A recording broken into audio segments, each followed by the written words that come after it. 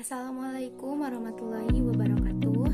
Perkenalkan, nama saya Deni Purnamasari dari Prodi D3 Kebidanan kelas 1A.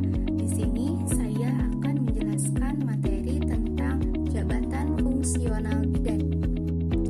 Jabatan adalah kedudukan yang menunjukkan tugas, wewenang, dan hak seorang pegawai dalam rangka suatu satuan organisasi.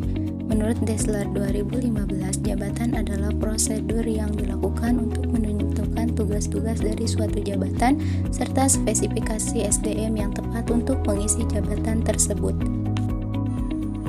Jabatan dibagi menjadi dua, yaitu jabatan fungsional adalah jabatan yang ditinjau serta dihargai dari aspek fungsinya yang vital dalam kehidupan masyarakat dan negara.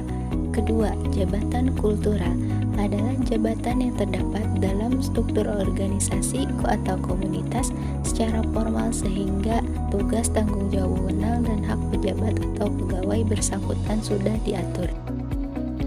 Arah pengembangan jabatan fungsional: 1. Mendukung pembentukan profesionalisme PNS.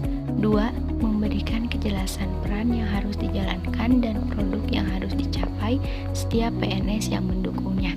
3. Memberikan kejelasan dan kepastian karir melalui jenjang yang ada. 4. Memberikan ukuran yang jelas terhadap kinerja dengan bobot angka kreditnya. Keuntungan jabatan fungsional: 1. Peluang memperoleh kepangkatan lebih tinggi. 2. Peluang memperoleh kenaikan pangkat jabatan lebih cepat. 3. Peluang untuk meningkatkan profesionalisme lebih luas. 4. Peluang untuk mengembangkan gagasan atau ide kreatif lebih luas. 5. Peluang untuk dapat bekerja lebih mandiri.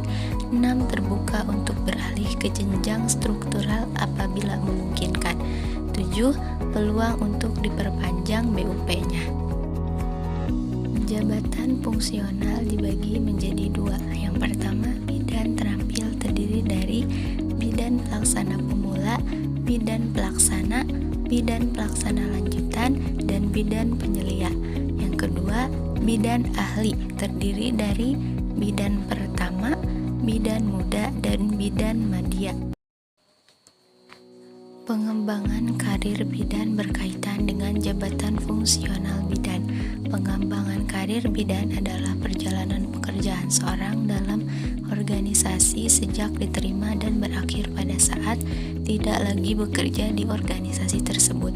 Pengembangan karir atau career development menurut Mondi meliputi aktivitas-aktivitas untuk mempersiapkan seorang individu pada kemajuan jalur karir yang direncanakan.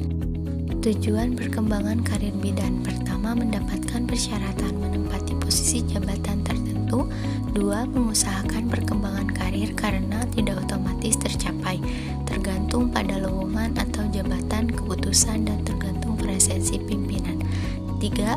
Peraturan, ketentuan, dan cara pengembangan karir terdapat pada Permendek Pendayagunaan Aparatur Negara Nomor 01/Per-M.Pan/1/2008.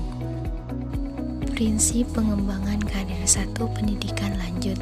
Pendidikan berkelanjutan adalah suatu usaha untuk meningkatkan kemampuan teknis, hubungan antar manusia, dan moral bidan sesuai dengan kebutuhan pekerjaan atau pelayanan dan standar yang telah ditentukan oleh konsil melalui pendidikan formal dan non-formal.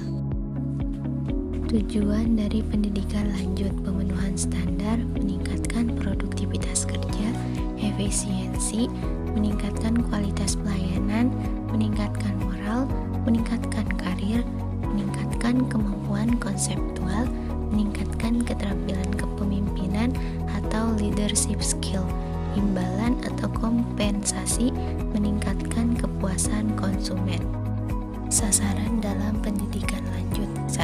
Bidan praktik swasta. 2. Bidan berstatus pegawai negeri. 3. Tenaga kesehatan lainnya. 4. Dukun beranak. 5. Masyarakat umum. Jenis pendidikan lanjut: 1. Pendidikan formal.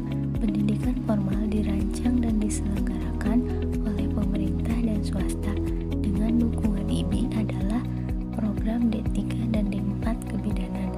Pemerintah juga menyediakan dana bagi bidan di sektor pemerintah untuk untuk tugas belajar ke luar negeri. Jenis pendidikan lanjut yang kedua yaitu pendidikan non-formal. Pendidikan non-formal telah dilaksanakan melalui program pelatihan magang, seminar atau lokakarya, dan program non-formal lainnya yang merupakan kerjasama antara IPI dan lembaga internasional yang dilaksanakan di berbagai provinsi.